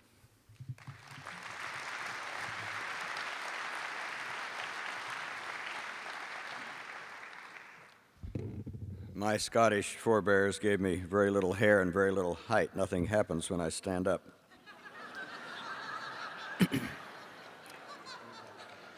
Dan has upset my heart and my head from any dialogue between them because we started almost the same day in different ways. We've been comparing notes and reading each other's stuff for some time now. I was starting with Hubert Humphrey as a very young minted law professor from the University of Chicago. My whole job, thank God, was working in civil rights. I worked with Martin Luther King a long time ago. Names other than that you probably don't know, and I feel very sad that you don't. Roy Wilkins of the NAACP, Whitney Young of the Urban League, Sergeant Shriver, John W. Gardner, who was my godfather and my dear friend. Huge losses. They're all dead, and they're in my heart. I went through some of the same stuff. I watched Hubert, a good man, a man I love, painting terribly over a war he detested in the most god-awful job ever created by the American Constitution. In John Nance Gardner's words, it's not worth a bucket of warm spit, and he spoke as Vice President of the United States. I started like Dan as my version of a Cold Warrior, which is pretty pacifistic guy, really. My own religion didn't permit me to do much other than that. But I didn't like the Soviets, and I thought communism stunk, and I wanted to do what I could about it. I was a Boy Scout in Korea, and I was a father of a couple of kids and a young guy in my 20s in the White House. At the same time, Dan was doing what he was doing. And so his book, as I was been reading it, has tore my heart out and scrambled my brain. But what's left of this old brain, my job is to tell you about the war clause. And it says this: Congress shall declare war and grant letters of marque and reprisal. That's all it says. But that says a lot, a great deal. When Thomas Jefferson, who wrote To Chain the Dog of War, the title we stole from Jefferson, he was ambassador to Paris. And his disciples in the convention in Philadelphia in 1787 sent him the draft when he was our ambassador there. He wrote back a letter saying, "Thank God you've chained the dog of war, because you've taken the war power from now Firmage interpreting Jefferson, from a president or a king who's on a boring Thursday afternoon likely to declare war, and given it to Congress, who have to answer to the people. You've chained the dog of war from a president or a king by whatever name, and that inclination to make executive war by dispatch to a deliberative body. And there was a huge reason. These were Republican Democratic Whigs. The Tories were out of town, in Canada dead or having sudden conversion. And they didn't like war, and they didn't like an executive propensity to war, and they thought anticipatory self-defense was an oxymoron used by idiots or knaves or fools, or all three. And they had no idea of delegating the war power. No, it had to be a Congress of the United States sitting right now and judging the facts, and you don't delegate it. And Bobby Byrd's the only one in the Senate making much sense, along with Senator Kennedy. Several of the senators have been calling me during this time. They take their job seriously. Senator for Pennsylvania, his staff called. Others, I've testified there many times. And they were debating Chapter 13, and I forgot it was Chapter 13, but he said, Chapter 13, non-delegation. We don't want to do this. We don't want to do this. Because the whole presumption of the War Clause is that peace is to be preserved and nurtured and cultured and loved and defended. And you don't denuclearize the world by starting to knock them off one by waging war. You don't wage war against people you don't like, and they're evil, and they're so forth. My heavens, we could depopulate our own government with half that. And you declare war. You declare war. You don't... I have to stop myself from naughty words, but you don't... You don't say one thing when you mean, if you're going to go to war, say this is war, people. You're going to go to war. We're going to take you to war. Watch how many people support you then when you do that. It drops a long way. And state your grievances. We're going to war for this, and this reason. If you want to see a good declaration of war, pick up the Declaration of Independence and read it. Thomas Jefferson did a damn good job.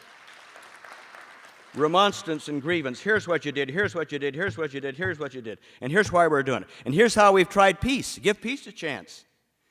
The international legal system says this. And Congress has the constitutional Article 1 right to determine what is international law for the purposes of the United States of America. It's by fact-finding and good offices and conciliation and negotiation and arbitration and talk and talk and talk. It doesn't work any other way. I spend a lot of my time now working with the Dalai Lama. And he knows about war, and he knows about alienage, and he knows about violence, and he knows it doesn't work. And my friends, it doesn't work. It just simply doesn't.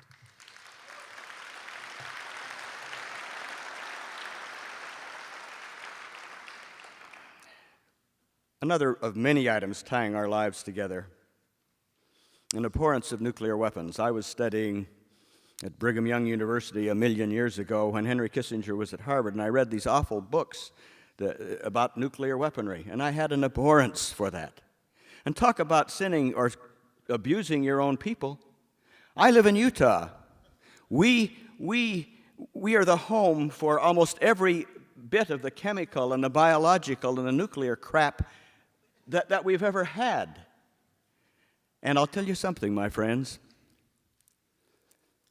I started the fight against the MX missile a long time ago, and it started right here in your state after 2 years in my own, talking to churches and church leaders who came out against that horror story.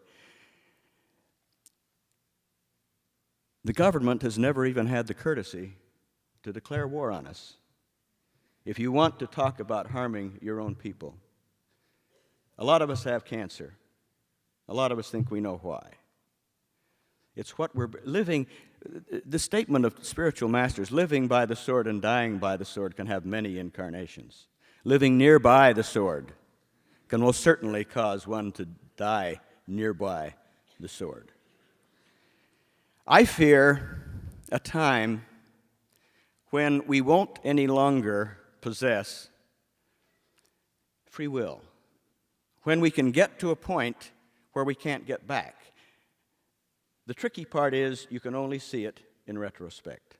Years ago when I decided to go to the University of Chicago, everything's been downhill since. Gone to hell since the University of Chicago.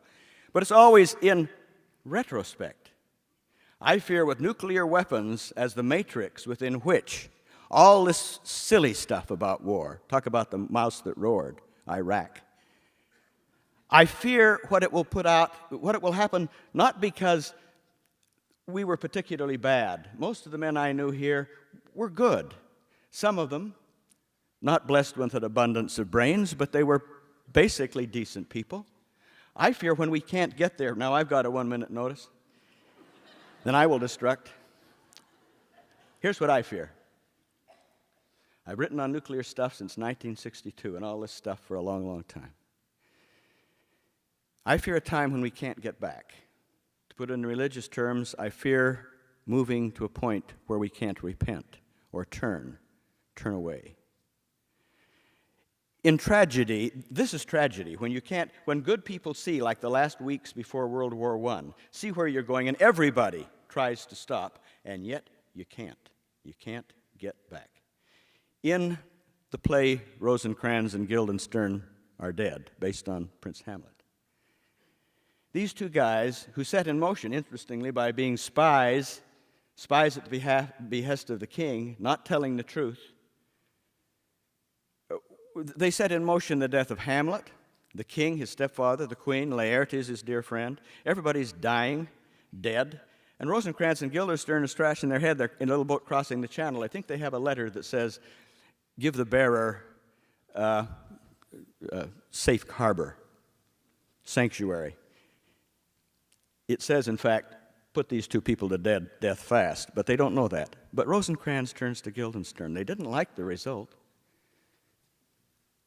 He said, there must have been a time, somewhere near the beginning, when we could have said no. I suggest that, my friends. Thank you.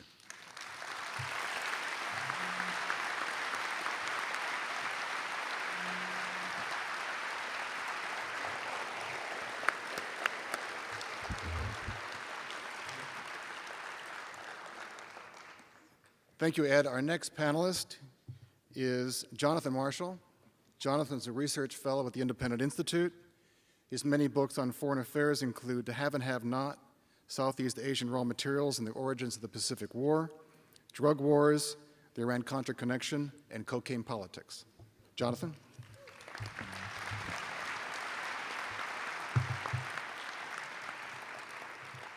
Thank you very much. Well, sadly, Vietnam wasn't the only war sustained by government lies and half-truths. I'd like to spend just a few minutes reminding you of a few of the lies and distortions from the 1990-91 Gulf War, because they form the backdrop for the second Bush administration's threatened policy of war today.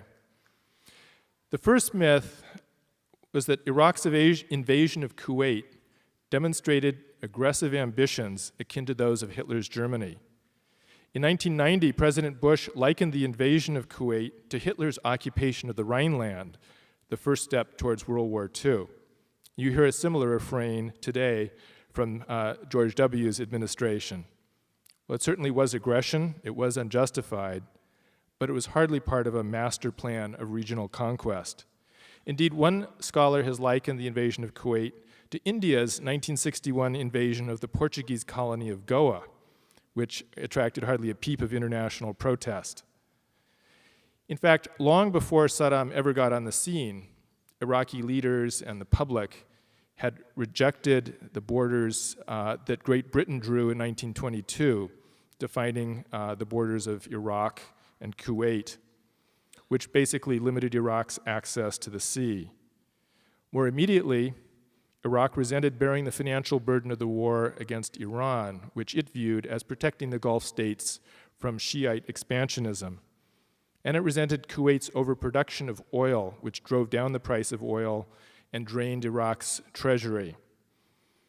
It demanded that Kuwait forgive war debts, hand over an oil field that Kuwait was draining, even though most of the oil field lay within Iraq's territory.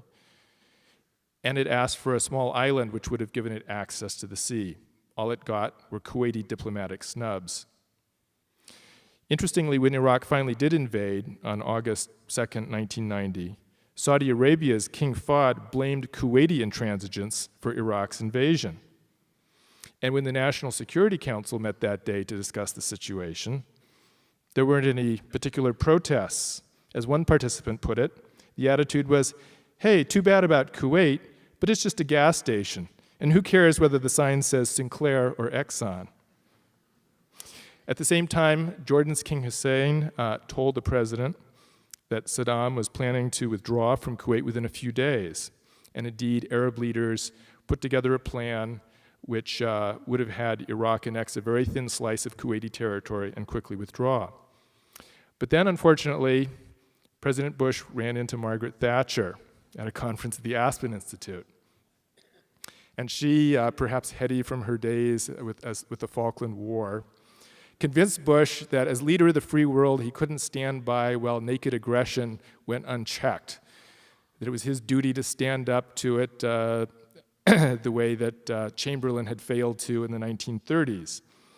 And Bush then started a rhetorical rampage denouncing Saddam's intolerable invasion and naked aggression, exactly the kind of rhetoric that in fact Arab leaders had warned him against if they wanted to see Saddam withdraw quietly. Quickly, the administration went on the diplomatic offensive to sabotage the peace plan worked out by Arab leaders, the neighbors of Iraq, to get Saddam out of Kuwait. Well, derailing a diplomatic solution allowed the Iraq crisis to become the rallying cry for a much more expansive foreign policy. As Bush declared, if history teaches us anything, it is that we must resist aggression or it will destroy freedoms. On a rather ironic date, September 11th, 1990, Bush said that the Persian Gulf crisis offered a rare opportunity to create a new world order free from the threat of terror, rhetoric which has a little certain ring to it today. His premise was that, quote, the United States henceforth would be obligated to lead the world community to an unprecedented degree in pursuit of our national interests. Bush wrote in his diary in November 1990, our role as a world leader will once again be reaffirmed, but if we compromise and if we fail, we would be reduced to total impotence, and that is not going to happen. I don't care if I have one vote in Congress, that will not happen. Well, to justify such rhetoric and such expansive aims, it became necessary to claim that much more was at stake than just jobs, jobs, jobs, as one administration official put it, or to claim that we were defending democracy in the feudal emirate, which had just a few months earlier arrested a bunch of pro-democracy demonstrators. They needed some much bigger threats. Well, one of the many claims that was made was that Iraq represented an imminent threat to Saudi Arabia and its oil fields, thus posing a major strategic issue for the United States, Western Europe, Japan, and so forth. Then Defense Secretary Dick Cheney and Colin Powell both started working the press. Within days, the New York Times and Washington Post both ran stories based on leaked administration information that Iraqi troops were poised on the border of Saudi Arabia to invade. And as one historian says, the news had been deliberately doctored, despite the fact that at no time did either the Central Intelligence Agency or the Defense Intelligence Agency believe it probable that Iraq would invade Saudi Arabia. Shades of what Dan Ellsberg has been telling us about Vietnam. In September 1990, the US claimed that Iraq had 250,000 troops on the Saudi border ready to invade. By January, that number had been inflated to more than 500,000. Most of the American media bought this without question, because of course the government doesn't lie. Well, the St. Petersburg Times went out and purchased some commercial satellite photographs of the border region and couldn't find any Iraqi troops poised on the border. But given the choice between believing the photographs and the administration, the American media chose to believe the administration. Needless to say, the lies worked. We invaded. We won quickly. And this brings me to the third myth I want to address, which is that this was basically a low-cost, surgically precise war.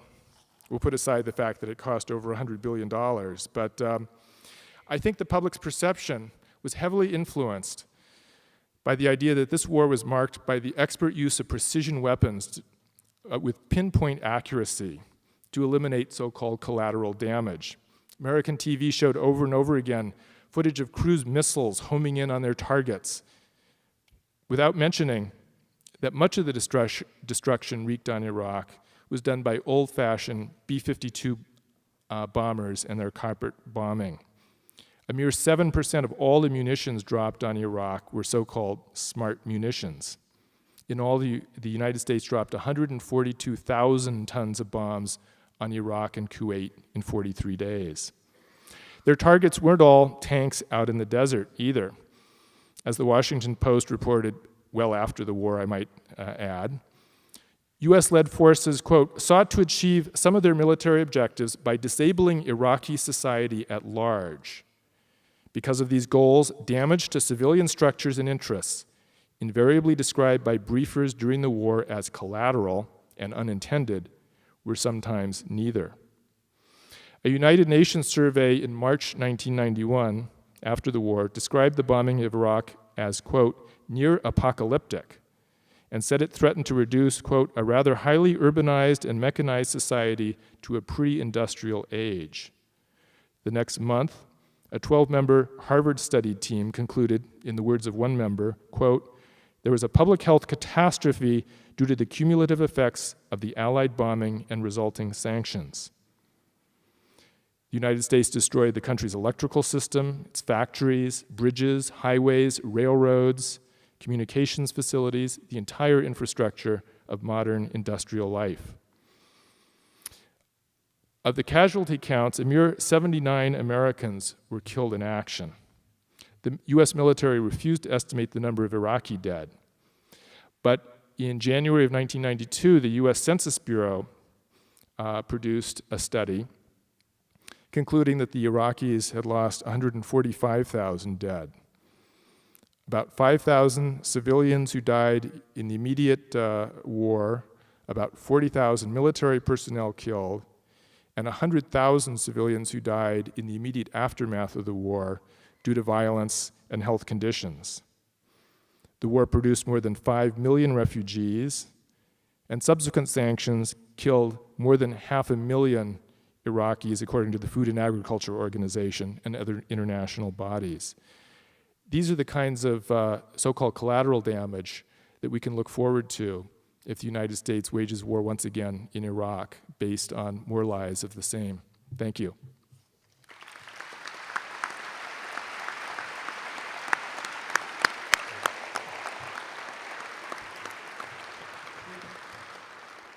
Thank you, Jonathan. Our final panelist is David Henderson. David is Associate Professor of Economics at the Naval Postgraduate School and Research Fellow at the Hoover Institution. Professor Henderson received his PhD in economics from UCLA, and he served as senior economist for the President's Council of Economic Advisors. Among David's books is the book, The Joy of Freedom, and there's also copies of this in the front, which I also highly recommend. It's a real pleasure to have David Henderson.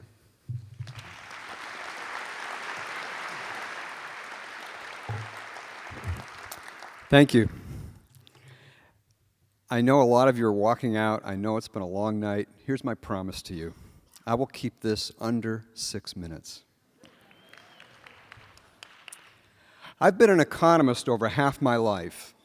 The more I've learned, the more I've seen what a powerful insight economist Ludwig von Mises had over 50 years ago when he pointed out that virtually every government intervention leads to bad consequences that then cause government to intervene further. So, for example, that wasn't even an applause line, but thank you. So, for example, Nixon's 1973 price controls on gasoline caused us to line up for gas. That led the government to dictate the fuel economy of cars. The fuel economy laws caused auto companies to make lighter cars, causing a few extra thousand deaths a year. That's all documented, by the way, in my book, The Joy of Freedom. That's not the joy part, by the way. The gasoline lineups also caused people to be more sympathetic to intervening in the Middle East. In foreign policy also, when government intervenes, it creates problems that it tries to solve by intervening further. Take Iraq. If I were Henny Youngman, I'd say please, but okay. How did we get to the current situation where the Bush administration wants to take out Saddam Hussein? Let's take a trip down memory lane. In 1963, the CIA helped a young Iraqi ally who, along with other plotters, overthrew General Abdul Qasim. You may have heard of this young Iraqi ally. We've been talking about him a bit this evening. His name was Saddam Hussein. 5 years later, the CIA backed another coup that made Hussein deputy to the new military ruler. In 1979, Hussein took his turn as dictator. Hussein proceeded to make a long and costly war on Iran. Although many people point to this war as evidence of Hussein's evil, they rarely mention one highly relevant fact. The Reagan administration, of which, by the way, I was a part, but I had nothing to do with this one, supported this invasion with millions of dollars in export credits and with satellite intelligence. Saddam Hussein was evil for initiating and fighting that war. How then should we think about the U.S. government for actively supporting him? But my main purpose here is not to question the morality of war. Rather, it's to point out how one intervention leads to another. The U.S. government supported a man who then took over Iraq's government and who has now become our enemy. The U.S. government's interventions of the 1960s led to the planned intervention today. Why did the U.S. support Saddam Hussein in his war in Iran? Because Iran had become a U.S. enemy after Khomeini took over and after the Iranians had taken people in our embassy hostage in 1979. One reason many Iranians hated the U.S. government was that they resented the fact that the CIA, with Kermit Roosevelt and Norman Schwarzkopf Sr., that's the father, leading the charge, had deposed the democratically elected premier, Mohammad Mossadegh, in 1953 and reinstalled the Shah of Iran. The Shah proceeded to create a secret terrorist police force named SAVAK, imprisoned political opponents, and poisoned water wells in rural areas in order to force people into cities. Funny how that pisses people off. Or take Afghanistan. Although the U.S. government now fiercely opposes the radical Muslims who until recently ran the Afghan government, it was the U.S. government that helped put them in that position. Zbigniew Brzezinski was the national security advisor to President Jimmy Carter. You remember Jimmy Carter? That wonderful man who's done so much for world peace? Brzezinski now brags about the fact that he persuaded Carter in 1979 to destabilize Afghanistan's pro-Soviet government so that the Soviets would invade. In other words, that was his goal. In December 1979, Brzezinski got his Christmas wish. The Soviets invaded Afghanistan. Then the CIA proceeded to recruit radical Muslims to fight the Soviets. One of those freedom fighters was a tall guy with a funny beard named Osama bin Laden. Incidentally, the Bush administration has been trying like mad to find a link between Osama and Saddam. Here's the link. In the 1980s, both were on the U.S. government's payroll.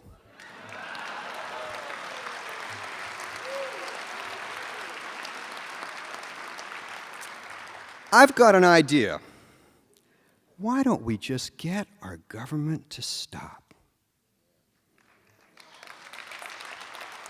But we can't do that, say the advocates of war with Iraq, because Saddam Hussein has weapons of mass destruction.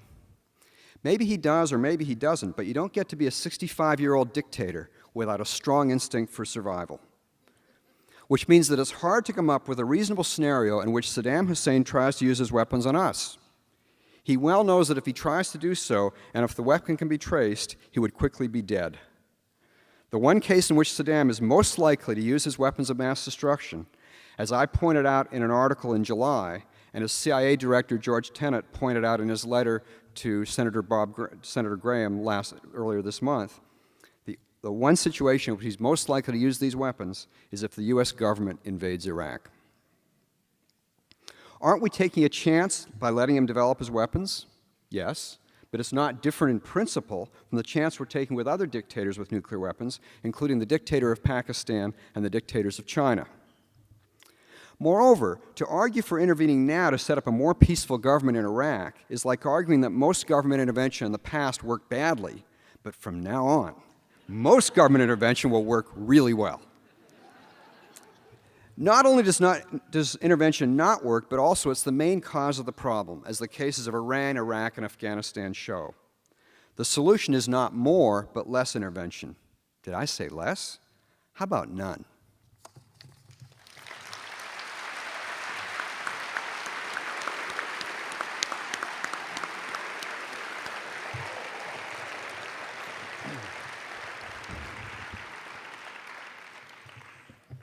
Thank you, David. So I want to start with questions from the audience. And the first one is for Dan. Why do presidents want to have their war? Just stay there. Yeah. Well, the reasons do differ. The situations are significantly different, I think, between Vietnam, for example, and Iraq. All kinds of differences. What I was pointing to was that in the two situations, as in all the situations between Democrat and Republican, we as democratic citizens cannot afford the naivete and the ignorance that is involved in assuming that we can learn the reasons why they are going to war or carrying on a war from what they say. That is simply not an adequate understanding. By the way, one new thing in this situation is the possibility of learning a good deal more these days on the internet than what you would get from the handouts that are given to the major newspapers. I find, for example, www.antiwar.com, a very good source of editorials and comment from all over the world, really.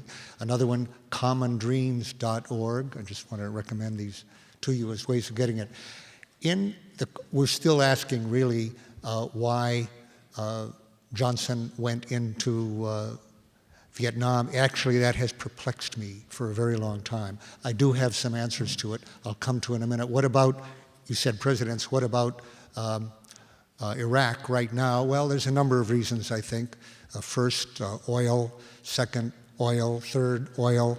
And fourth, election.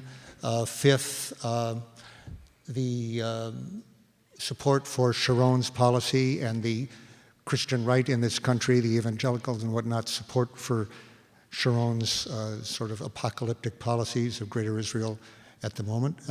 They are a big fact on Iraq. But coming back to oil, and this comes back to Johnson as well and all the people in between,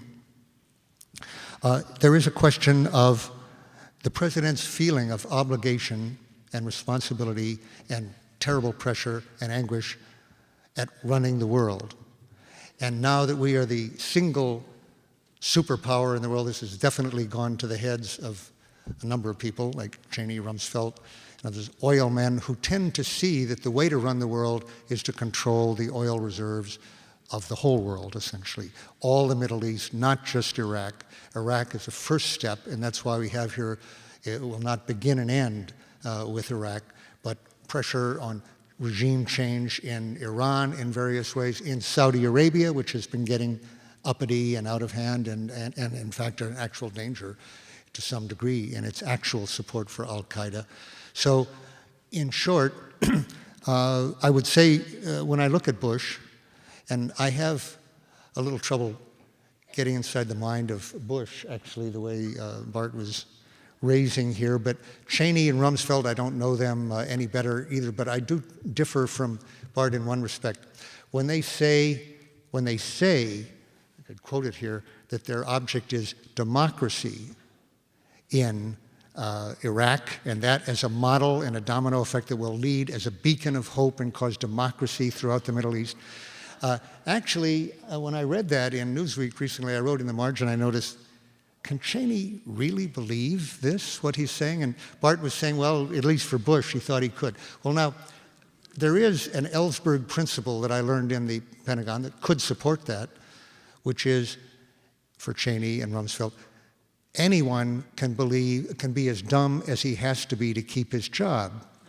And intelligence is no obstacle here, and Cheney is very smart. I don't really think they do believe that. I don't know about Bush, where he is, but what he can believe. But Cheney can't believe that. I don't think there's a chance in the world that we would allow any more democracy in the next decade in Iraq than we supported or allowed in Iraq in the past when we were supporting Saddam or when we left him in power, for the reason that democracy would lead to a split up in Vietnam, or possibly, worst of all, the 64% of Iraqi citizens who are Shiites, as in Iran, might possibly elect a Shiite president. That was absolutely not going to be allowed to happen, who might combine with Iran. So in that case, they're just lying. Coming back to LBJ, frankly, as I say, I've been working at this for a long time. I'll give you an answer which I think does to some degree apply more, not to the administration as much, but to a lot of senators in Congress right now. After the major election of '64, your boss, Hubert Humphrey, told LBJ, from the perspective of Humphrey, the vice president then, who could count votes and who cared as much about the Democratic Party as Lyndon Johnson, as much of a Cold Warrior as Lyndon Johnson, told him, this is the time to cut losses. We were talking, and he said it was just before you worked for him. And that, in fact, was an enormous secret. As you were telling me, you didn't see that memo, although you heard about it. I didn't see it from the vice president working for McNaughton. I'm sure my boss didn't see it. A secret so great that it was not in the top secret Pentagon Papers that I released. And it's only come out relatively recently. The biggest, longest kept secret of the Vietnam War was that Cold Warriors who had the ear of the president, who could not be dismissed, were telling the president constantly, this is a catastrophe. That's the word used by Clark Clifford and other counsel who practically invented the Cold War, working for Harry Truman, by Hubert Humphrey, who wanted to ban the Communist Party, by the way. And Humphrey and others saying, domestically, politically, this will be a catastrophe for you, as of course it was. That wasn't so hard to see. That raises the question, how could he have gone ahead against this? My guess is it wasn't domestic politics.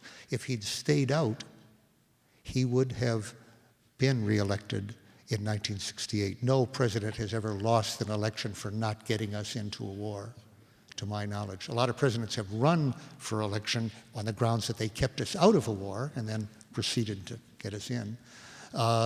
Democrats in particular, one could say. But he would have been reelected. I don't think he was counting votes entirely. He had been in office when the not in office, but in the Senate, when the Democrats were accused of losing China. We've paid a price, the world has paid a price, and this country has paid a price from Democratic congressmen and Democratic presidents for over 50 years for the fact, the accidental fact, that by an unforeseen victory of Harry Truman in '48, Democrats were in office when the communists won their civil war in China. And they were open to the accusation of having lost China. And for 50 years up till this day, and I believe that Lyndon Johnson, I don't say believe, but my best suspicion is that Lyndon Johnson in that case did not want to be accused of losing Vietnam, of being weak, of being weak on communism, being weak on militarism, not being sufficiently militaristic. And as he put it to Doris Kearns, being accused of being unmanly, an unmanly man. I think he was prepared to take the chance, which was a very high chance, which took place, of getting into a war which would destroy his presidency and make it impossible for him to run again, as Korea made it impossible for Truman to run again, even if he'd wanted to. In short, here's something we can all play a role, I think, to change.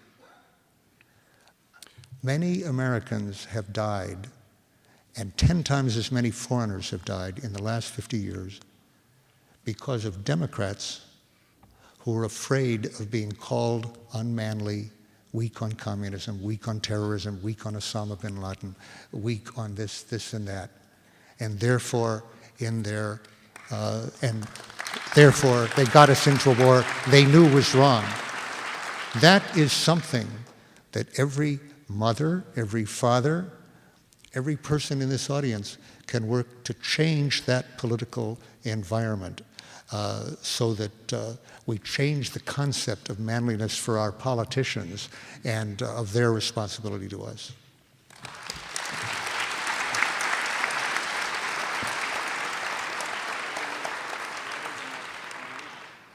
A question for Bart Bernstein. What kind of secrecy constraints do historians face in gaining access to records of recent American foreign policy? And actually, we've had a number of questions that are asking about why are we not getting access to documents from recent presidencies?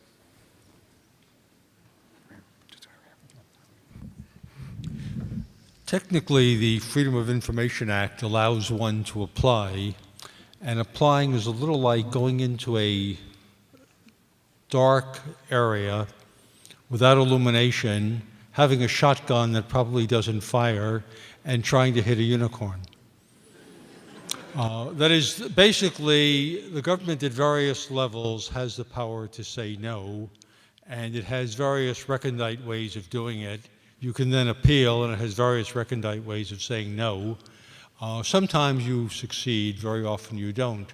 Under a recent executive order by George Bush, there's a new restraint on presidential papers. Basically, the requirement is that president or his heirs and others involved have to give approval.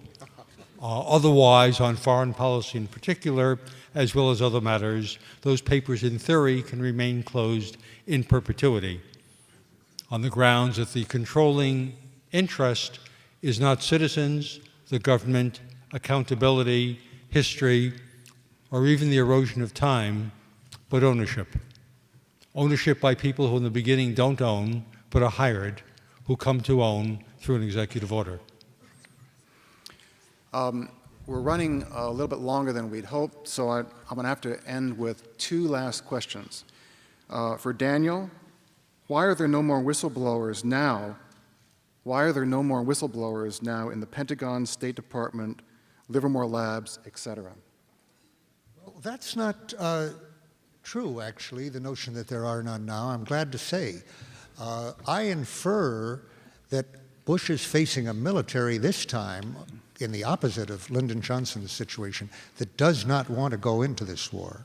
They don't want, I can only conjecture what their problems are in particular. I'll just give one. I don't think generals want to send their troops in to test their chemical warfare equipment against nerve gas as a possibility, and understand that this is an unnecessary, reckless, wrong war in general, which has been thrown into almost humorous relief by the fact that all the reasons that have been given for the war apply much more intensely to North Korea, which Rumsfeld points out we're going to use diplomatic means for. Apparently, when we came up with the, the following we learned now from whistleblowers, essentially.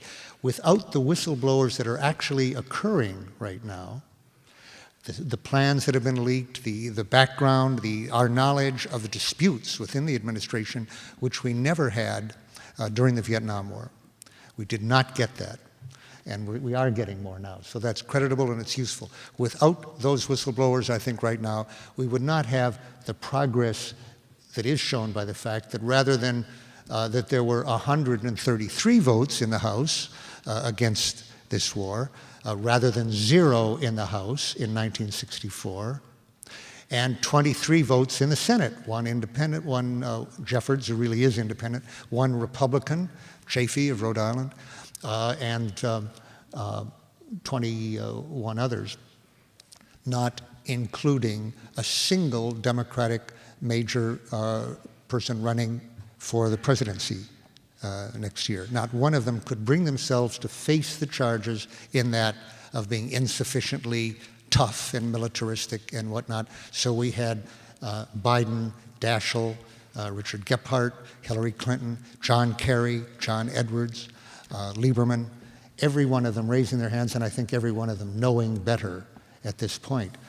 We as a country can do better than we're doing now, and although that is progress, as I say, it doesn't keep the Senate from covering itself with shame, especially the Democrats.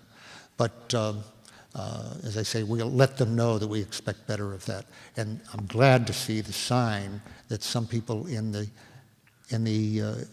Pentagon, the CIA, and elsewhere are actually telling the truth now, which I wish I had done later. In fact, when George Tenet, the director of CIA, no hero of mine up till this point, sends extraordinarily a letter to the intelligence committees, giving the lie, without using that word, but clearly giving the lie to almost every statement the president had made. That was not a good career move for George Tenet. It really was unprecedented. I have to ask myself, how could that possibly have happened? I'll give you a conjecture, which is in its way a hopeful one. And that is, the only reason I can think of his doing that, because he didn't get to where he is by contradicting presidents, is that he was faced with a revolt in his own CIA ranks. That they said, this is too much. We cannot have the president making these statements about links with Al-Qaeda and imminent threat from North Korea and all that, totally contradicting our own estimates, which we know is the case. We aren't going along with that. And he was faced with a near mutiny, as happened, by the way, during the Cambodian invasion with the State Department. So you might say, I'm giving them the benefit of the doubt. Well, yes, those people are Americans. They are human. Humans can decide to make a choice in favor of truth-telling, and that can make a difference. The head of the CIA was, in effect, deep throat on the record, I think. David, David, can I add something to that? Another example is the U.S. Army Rangers in Afghanistan. I don't know if you remember when the film came out showing the CIA torturing John Walker Lindh and other people. That film was made by the Army, and they managed to kind of lose it where a reporter could find it. The last question for Dan is, have you spoken with Robert McNamara since the end of the Vietnam War? Well, I've actually tried to speak to him. I've approached him a number of times, and he said a number of times, by the way, when people asked him if he would discuss this stuff with me, which I really wish he would, actually. And I've talked to him very tactfully, but he has refused to talk to me on any occasion. I broke what he regarded as absolute norms. I betrayed him. I betrayed the president. I betrayed the team. I did things that he said he would never do. And his highest norms. Now, I know those norms. I acted by them for a long time, and I don't take them lightly, and they are needed. But I had come, and if this is the last question, I noticed in the line of questions a number of people asking, well, what did change you? And let me pass on that thought, something that I'm afraid Robert McNamara didn't have the luck, maybe, that I had to read certain things, to meet certain people at a time when I think he could have done more than he did do. Two things. I knew the war was getting bigger under Nixon. I knew that from inside sources, but I knew it as an insider. And a fellow insider, Mort Halperin, told me what was happening in the White House, and the war was getting bigger. So I was burdened with this very special knowledge that's told in the story here. What to do about it, that was the question. And I read a number of books there. Barbara Deming, Revolution and Equilibrium. I read over and over again, actually. Gandhian literature, Joan Bondurant of the University of California here. But in particular, an essay by our American Henry David Thoreau, which is originally called Resistance to Civil Government, usually known as The Duty of Civil Disobedience. The idea of civil disobedience, resistance to civil authority, a duty, how could that be? He wrote that in the immediate aftermath of having spent a day in jail, a night in jail, which would have been longer, but as he said, someone paid the fine against his will.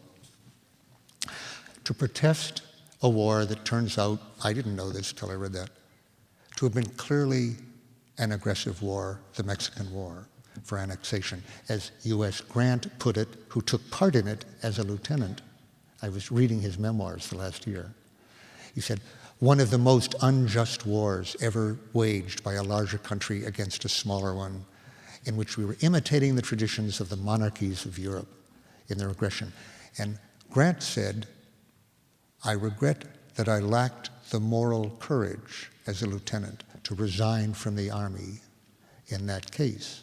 Well, that was Grant at the time, but right at the time, just after the war, Thoreau was, and I was reading this, he said, in certain circumstances, disobedience is a duty as when, quote, a whole country, Mexico, is unjustly overrun and conquered by a foreign army when the other country has not attacked. When ours is the invading army. Instead, he said, obedience to leaders in that case is itself a choice, the wrong choice. He said, in his state of Massachusetts, a soldier who refuses to serve in an unjust war. I didn't know there were any. I'm interested. I'm asking the historians here if they know anything about civil disobedience or refusal in the Mexican War. But he says such a person is applauded by many but not imitated. Out of the, quote, thousands who are, his underlining, in opinion, opposed to slavery and to the war, who yet in effect do nothing to put an end to them. They hesitate and they regret and sometimes they petition. And all those are important, by the way. They hesitate, but they do nothing in earnest and with effect. They will wait well-disposed for others to remedy the evil that they may no longer have it to regret. At most, they give only a cheap vote. And then he went on in words that really burned in my mind in the summer of '69. Cast your whole vote, not a strip of paper merely, but your whole influence. A minority is powerless while it conforms to the majority.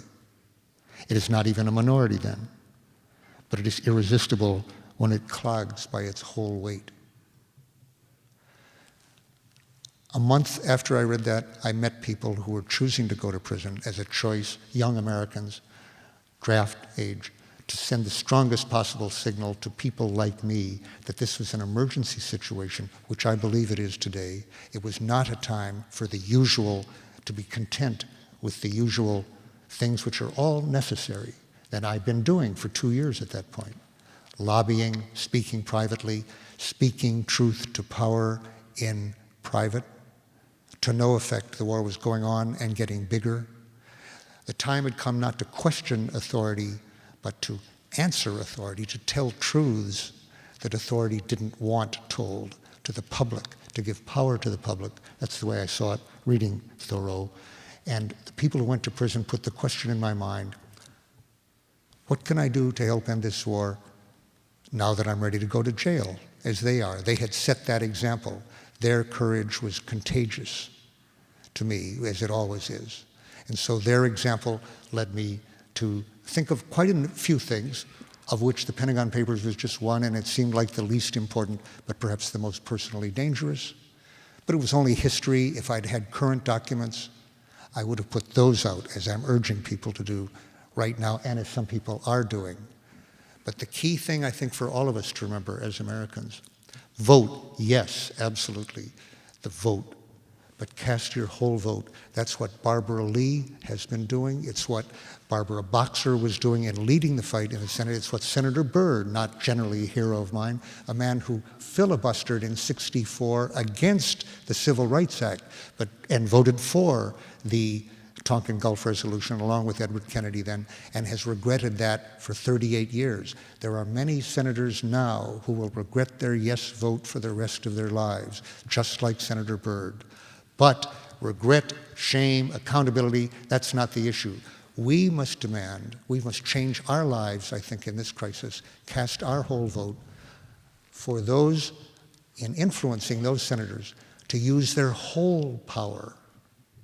The filibuster, hearings in the lame duck session that's about to come, hearings that would call the people that Biden shamefully refused to call, Scott Ritter, other experts, Nelson Mandela, some authority on the norms here when he says this is an aggressive war that must not happen. Even Barbara Lee, in a minority, could, as I pointed out to her, could call informal hearings. Kerry, who voted wrong on this, Edward Kennedy could hold formal hearings and call these people and educate the public to change the political environment in which these decisions are made. And it's up to us to demand that they do that, to change our lives, that they change their lives, so that we all cast our whole vote. Thank you.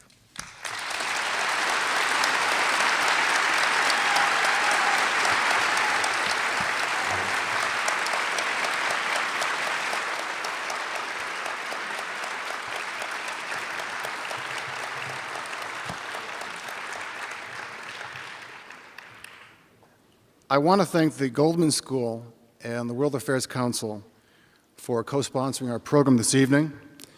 I want to thank our panelists for their excellent comments, and I especially want to thank Daniel Ellsberg for his superb and courageous work. As I mentioned earlier, Daniel will be in the front lobby on the mezzanine level shortly to autograph copies of his book, Secrets. We hope everyone will be able to get a copy. Please visit our website at independent.org. We look forward to your joining with us at another Independent Institute event. Thank you and good night.